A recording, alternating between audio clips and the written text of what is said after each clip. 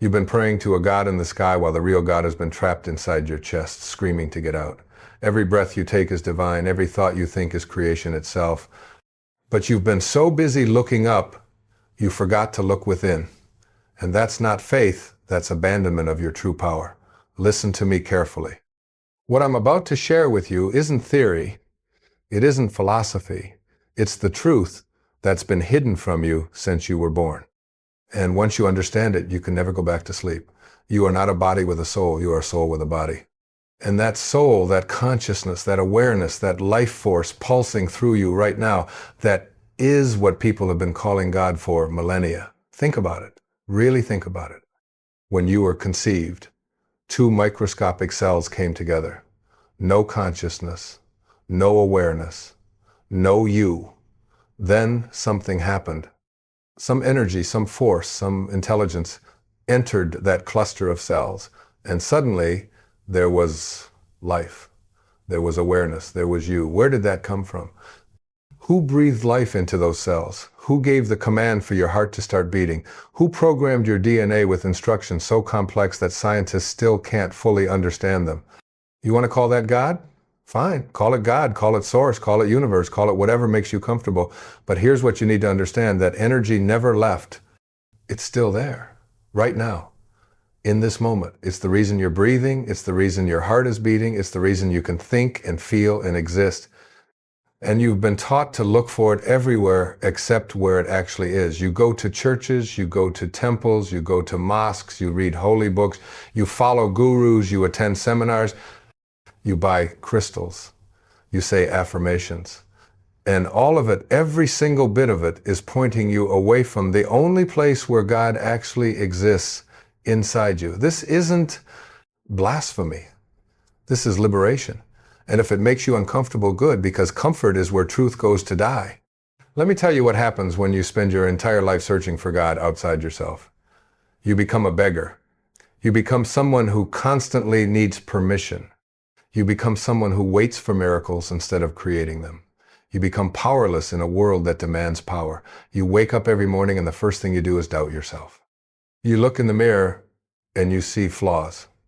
You think about your dreams and you immediately hear a voice that says, who are you to want that? You see other people succeeding and you wonder why God blessed them but not you. And here's the tragic part. You think this is humility. You think this is being a good person. You think that diminishing yourself somehow honors the divine, but it doesn't. It insults it, because you are the divine. And when you make yourself small, you're making God small. Your teachers told you that you were born in sin, that you were fundamentally flawed, that you needed to be saved. And you believed them because you were young, because they were authority figures, because everyone around you believed the same thing. But let me ask you something. Does a flower need to be saved? Does a tree apologize for growing? Does a river beg permission to flow? No, because nature understands something that you've forgotten. That the energy of life is inherent. It's not granted from outside. It's expressed from within. You are nature. You are not separate from it. The same intelligence that grows flowers is growing your fingernails right now. The same force that orchestrates seasons is regulating your body temperature at this very moment. The same energy that spins galaxies is firing neurons in your brain as you process these words. And you think you need to pray to access this? You think you need a middleman? You think you need to be worthy of what you already are? This is the con. This is the lie. This is what keeps you small and manageable and easy to control. Because when you believe you're powerless, you give your power away. To institutions, to leaders, to anyone who promises to connect you with something you were never disconnected from in the first place. Look at your life right now. Really look at it. How many decisions have you made because you were waiting for a sign? How many dreams have you abandoned because you didn't feel called? How many times have you ignored your intuition because you thought it was just you and not the voice of something greater? That intuition, that inner knowing, that is the voice of God. But you've been trained to doubt it. You've been trained to seek external validation. You've been trained to believe that divine guidance comes from outside, not from the depths of your own being. And because of this training, you suffer. You suffer because you're constantly seeking. You suffer because you're constantly waiting. You suffer because you've made yourself dependent on something external to give you what's already internal. Let me tell you about energy, real energy, not the mystical concept, the actual scientific reality. Your body is not solid. It looks solid, but it's not. At the quantum level, you're mostly empty space. What appears as flesh and bone is actually atoms vibrating at specific frequencies. And those atoms, they're made of energy, pure energy. Einstein proved this. E equals mc squared.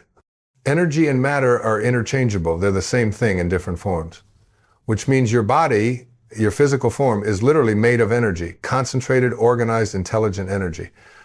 Now here's where it gets interesting. That energy responds to consciousness. Scientists have proven this in laboratories. They've shown that observation affects outcomes at the quantum level.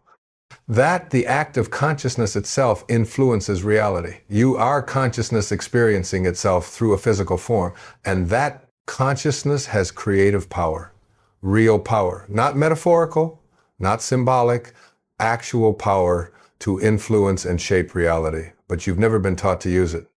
You've been taught to suppress it.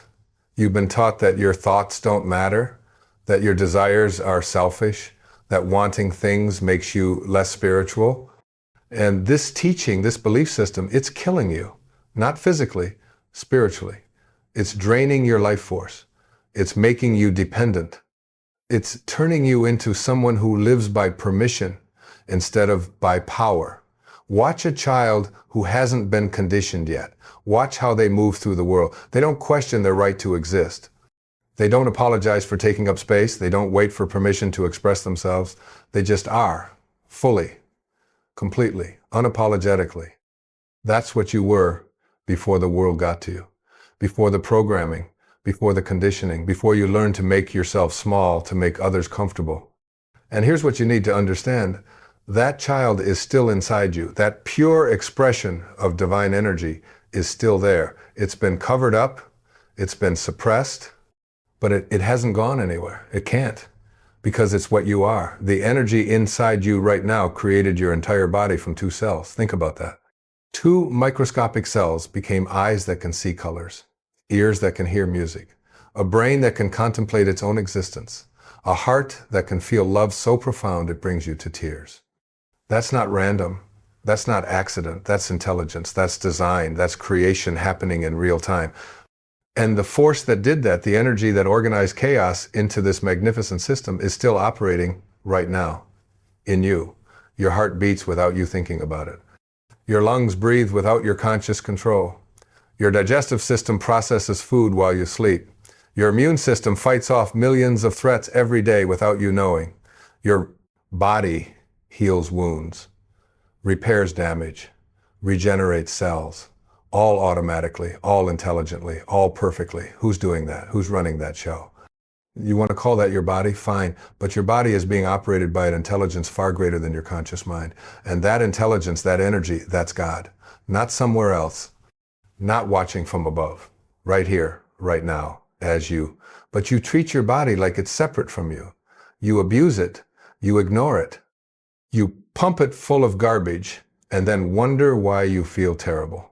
You override its signals. You push through exhaustion. You medicate symptoms instead of listening to messages.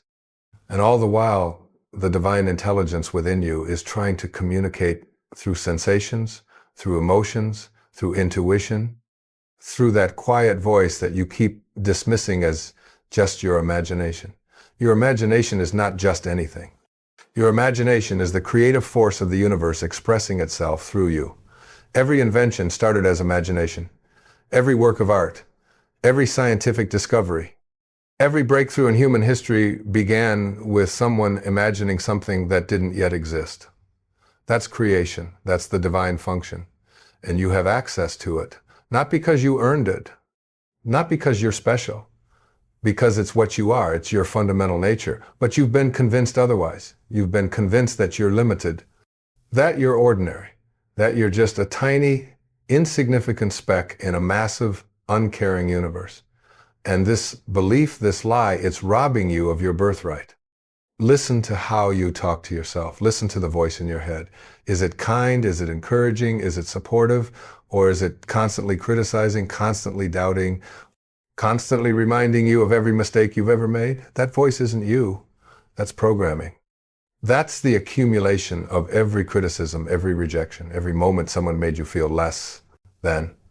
And you've internalized it so completely that you think it's your own thoughts. But here's the truth, the real you, the consciousness behind that voice, the awareness that can observe those thoughts, that's God. That's the divine observer. That's the eternal witness. And it's been there your entire life, watching, waiting for you to remember who you really are.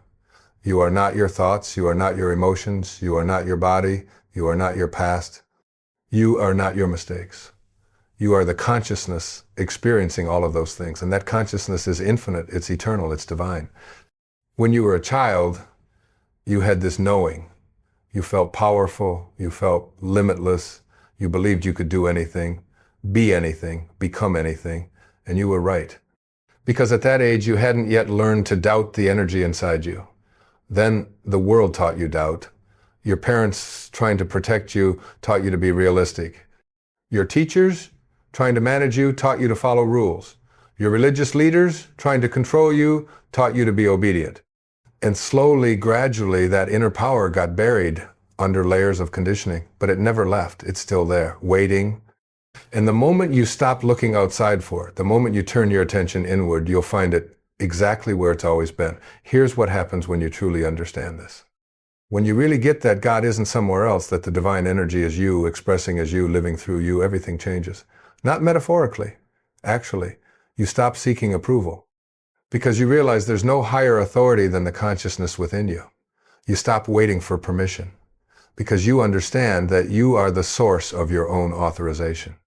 You stop feeling powerless because you recognize that the energy creating galaxies is the same energy creating your next thought. And this isn't arrogance, this isn't ego, this is truth. Arrogance is thinking you're better than others. Truth is understanding that the same divine energy is in everyone, including you, especially you. Look at nature again. Look at how effortlessly it creates. A tree doesn't struggle to grow. It doesn't question whether it's worthy of sunlight. It doesn't compare itself to other trees. It simply grows. Because that's what the energy inside it does. It expresses, it expands, it creates. You are no different. The only difference is that you have a mind that's been taught to interfere. A mind that questions, a mind that doubts, a mind that believes it knows better than the intelligence that created it. Your mind says, I can't. The energy inside you says, watch me. Your mind says, I'm not enough. The energy inside you says, I am everything. Your mind says, I need to be fixed. The energy inside you says, I am already whole. Which voice are you listening to? Which voice are you feeding? Which voice are you allowing to run your life? Because here's what most people don't understand. You get to choose. You are not a victim of your thoughts. You are not a prisoner of your conditioning. You are the consciousness that can observe all of it, question all of it, and change all of it. But this requires something most people aren't willing to do. It requires you to stop, to get quiet, to turn your attention inward instead of constantly projecting it outward. You live in a world that's designed to keep you distracted. Social media, news, entertainment, work, relationships, drama. There's always something pulling your attention away from yourself. Always something more important to focus on than your own inner state. And this is intentional. Not because there's some conspiracy, because a population that's connected to their inner power is ungovernable. They don't need leaders to tell them what to think. They don't need institutions to validate their worth. They don't need external authorities to give them permission to live fully. So the system, the culture, the society, the structures, all of it works to keep you looking outside, keep you seeking, keep you believing that fulfillment is just one more purchase, one more relationship, one more achievement away, but it's not. And deep down, you know it's not. Because you've achieved things, you've bought things, you've had relationships, and the satisfaction was temporary, the emptiness returned. Because external things can never fill an internal void. The void you feel isn't because something is missing. The void you feel is because you're disconnected from the fullness that's already there. You're like someone dying of thirst while standing in a river.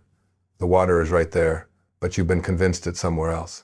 So you keep searching, you keep trying, you keep hustling and grinding and pushing and forcing. And you call this ambition, you call this drive, but really it's just exhaustion. It's just the desperate attempt to find outside what can only be found within.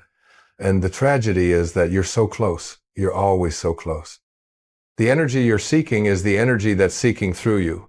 The consciousness you're trying to find is the consciousness that's looking. You are already what you're searching for. You just haven't realized it yet. This realization doesn't come from reading more books. It doesn't come from attending more seminars. It doesn't come from finding the right teacher or the right practice or the right technique. It comes from stopping, from being still, from allowing yourself to feel the energy that's always been there. Right now, as you hear these words, there's energy flowing through your body. You can feel it if you pay attention. A subtle aliveness, a vibration, a presence. That's not your imagination, that's not symbolic, that's the actual life force, that's God. Not as a concept, as an experience. And when you connect with it, when you really drop into that felt sense of being alive, something shifts. The questions that seem so important suddenly don't matter. The problems that seem so overwhelming suddenly become manageable. The fear that seems so real suddenly loses its grip. Because you remember that you are not a separate, isolated, vulnerable entity trying to survive in a hostile world. You are the universe itself, experiencing life through a particular point of view. You are the ocean pretending to be a wave. You are infinity expressing itself in finite form. And this isn't just pretty words. This has practical implications. Because when you operate from this understanding, you stop living reactively. You stop being pushed around by circumstances. You stop giving your power away to situations and people and conditions. You become the creator instead of the victim. Not because you can control everything, but because you recognize that your inner state doesn't have to be determined by external conditions. That regardless of what's happening around you, the energy within you remains constant, available, powerful. People who understand this are different. You can sense it. There's a presence about them, a groundedness, a calm, not because their lives are perfect, but because they're sourced from within instead of dependent on without. They don't need validation. They don't need approval. They don't need everything to go their way to feel okay, because their okayness isn't conditional. It's inherent. It's rooted in their connection to the energy that's always present, always available, always sufficient. And you can have this too. Not someday. Not when you're more spiritual. Not when you've done enough inner work. Now, right now. Because it's not something you achieve. It's something you remember. It's something you return to. It's something you are. But you have to choose it. You have to choose to stop looking outside. You have to choose to stop believing the voice that says you're not enough. You have to choose to stop giving your power away to anyone or anything outside yourself. And this choice, this decision to reclaim your divine nature, it's not easy, because everything in your conditioning resists it. Your ego resists it. Your relationships resist it. Your culture resists it. Because when you step into your power, you become unpredictable. You become ungovernable. You become free. And freedom is threatening. Not to you, to everyone who benefits from your imprisonment, to everyone who's invested in keeping you small, to everyone who needs you to stay dependent so they can feel important. This is why spiritual awakening often costs you relationships, costs you jobs, costs you the life you've been living, because the life you've been living was built on lies. And when you start living from truth, the structures built on lies can't stand. But what you lose in external validation, you gain in internal power. What you lose in false security, you gain in real freedom. What you lose in comfortable illusion, you gain in uncomfortable truth. And the truth, the real truth, is that you are so much more than you've been told. You are not a sinner needing salvation. You are not broken needing fixing. You are not small needing permission. You are the divine energy itself, temporarily focused into human form, having a physical experience with unlimited creative potential, infinite intelligence, and eternal existence. And the moment you truly understand this, not intellectually, but experientially, your life transforms. Not because external circumstances change, but because you change. Your relationship to circumstances changes, your perception changes, your choices change, your energy changes. You stop tolerating things that drain you. You stop forcing things that don't flow. You stop trying to convince people who don't want to see. You stop exhausting yourself trying to be someone you're not, to gain approval from people whose opinion doesn't matter. And in that space, in that freedom, you discover who you actually are. Not who you've been told to be, not who you think you should be, who you actually are. The divine expression, the unique manifestation, the irreplaceable consciousness that exists nowhere else in the universe except as you. This is what you've been searching for. Not out there, in here, not in some future moment when you finally get it right, but right now, in this moment, exactly as you are. The energy you've been calling God has been inside you all along, waiting for you to stop looking everywhere else. You are the miracle you've been praying for. You are the answer to your own prayers. You are the power you've been seeking to borrow from others. And the moment you truly realize this, not as a belief, but as a lived experience, everything changes. Not because you become perfect, but because you become whole. Not because you transcend being human, but because you embrace being divine and human simultaneously. Not because you escape the challenges of life, but because you stop resisting them and start using them as opportunities to express more of who you really are. This is your invitation, not to become something you're not, but to remember what you've always been. Not to search for God somewhere else, but to recognize the divine energy that's animating your body, thinking your thoughts, and living your life right now. And here's what happens when you make this shift. When you stop externalizing your power and start recognizing it within, your relationships change. Not because you become difficult or selfish, but because you stop accepting treatment that disrespects the divine within you. You stop tolerating people who diminish you. You stop performing for approval. And some people won't like this. They'll call you arrogant. They'll say you've changed. They'll accuse you of thinking you're better than everyone else. But what they're really saying is this: you're no longer controllable. You're no longer manageable. You're no longer willing to make yourself small so they can feel big. Let them be uncomfortable. Their discomfort is not your responsibility. Your responsibility is to honor the energy that's living through you, to respect the consciousness that chose this body, this life, this moment to express itself, to stop betraying yourself for the comfort of others. You've spent years betraying yourself, saying yes when you meant no, staying quiet when you wanted to speak, shrinking when you wanted to expand.